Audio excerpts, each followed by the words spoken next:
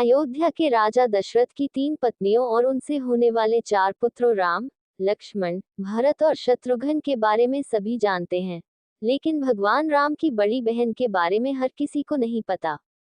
वाल्मीकि रामायण में भी राम की बहन शांता के बारे में जानकारी नहीं है, लेकिन दक्षिण पुराण में भगवान राम की बहन शांता का इतिहास जरूर मिलता है। भगवान राम की बहन शांता का सच यह है कि शांता राम की बड़ी बहन और माता कौशल्या की बेटी थी। वह बहुत ही सुंदर और हर कार्य में निपुण थी। शास्त्र से लेकर पाक कला तक में एकदम पारंगत थी। वहीं रानी कौशल्या की बहन थी रानी वशिनी, जिनका विवाह अंग देश के राजा रोमपद के साथ हुआ था। दुर्भाग्य की बात यह थी कि किन्हीं कारणों उनकी कोई भी संतान न हो सकी। एक दिन वशिनी राजा रोमपद के साथ कौशल्या से मिलने अयोध्या आई। जब सभी एक साथ बैठकर भोजन कर रहे थे, तभी वशिनी ने दशरथ की पुत्री शांता की शालीनता और कार्यकुशलता से मोहित होकर अपनी एक इच्छा प्रकट की। वशिनी ने कहा, वैसे तो मेरी कोई भी संतान नहीं है, लेकिन मेरी इच्छा है कि शांता की तरह ही मेरी भी एक पुत्री हो।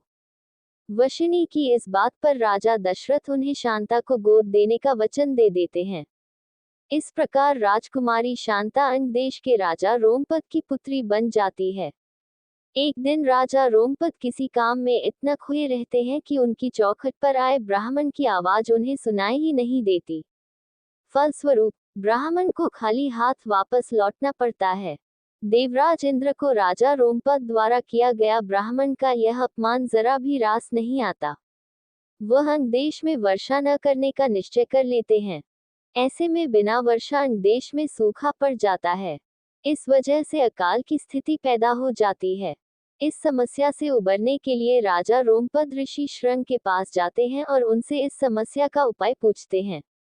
ऋषि राजा को यज्ञ कराने की सलाह देते हैं, जिससे रूठे इंद्रदेव को मनाया जा सके। राजा रोमपद ऐसा ही करते हैं और यज्ञ के बाद अंग देश में पुनः वर्षा होती है।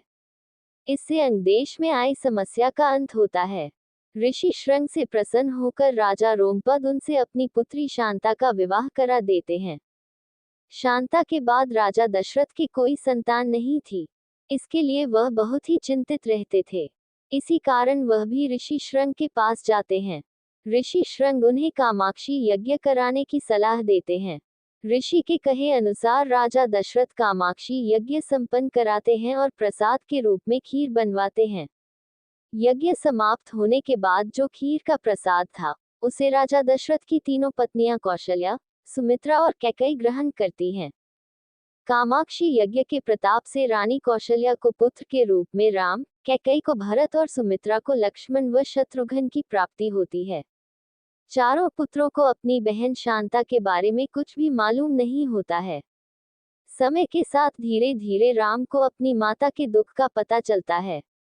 साथ ही भगवान राम की बहन शांता के जीवन का सच, जो कोई नहीं जानता था, राम को मालूम हो जाता है। बहन शांता के बारे में जानने के बाद राम अपनी मां को बहन शांता से मिलवाते हैं और सभी पुराने मतभेदों को दूर कर एक साथ रहने का वचन देते हैं।